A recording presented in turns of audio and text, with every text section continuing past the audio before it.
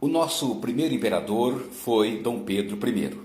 Ele governou o Brasil durante 9 anos, entre 1822, que é o ano da independência, a 1831, que é o ano da sua abdicação, da sua renúncia. É o chamado Primeiro Reinado.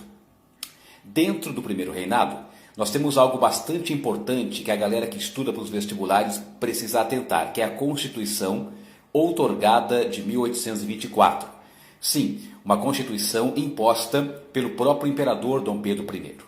E nessa Constituição, nossa primeira Constituição, de país independente, tem 3 características fundamentais que você precisa atentar. Primeiro, o chamado voto censitário. O voto censitário é o voto baseado numa renda anual do indivíduo. Apenas os homens com uma renda anual compatível poderiam votar e ser votados. Por isso, o primeiro ponto importante da Constituição de 1824 é o chamado voto censitário. O segundo ponto é o chamado padroado. Na monarquia, naquele momento no Brasil do século XIX, Estado e Igreja Católica estavam unidos através do padroado. Ou seja, não havia Estado laico. A Igreja Católica era a religião oficial do Brasil.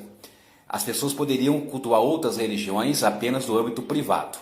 Publicamente apenas o catolicismo.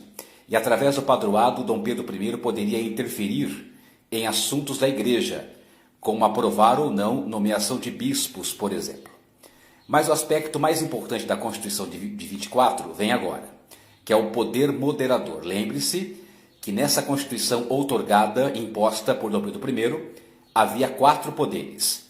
O poder executivo, que era o imperador e seus ministros, o poder legislativo, que era a Câmara e o Senado, e o poder judiciário, que eram os tribunais. E o 4º poder, o chamado poder moderador. Muito, muito importante, cai muito em provas, em vestibulares. O poder moderador era um poder exclusivo do imperador, dando a ele uma chave absolutista, concentrando o poder em suas mãos, porque através do poder moderador, o imperador poderia interferir nos outros 3 poderes, quando achasse necessário, quando achasse conveniente. Tá certo? Então, guarde bem essas 3 marcas da Constituição Imperial de 1824 para suas provas. 1. Voto censitário. 2. O padroado, a ligação Estado-Igreja. E 3. O importantíssimo poder moderador.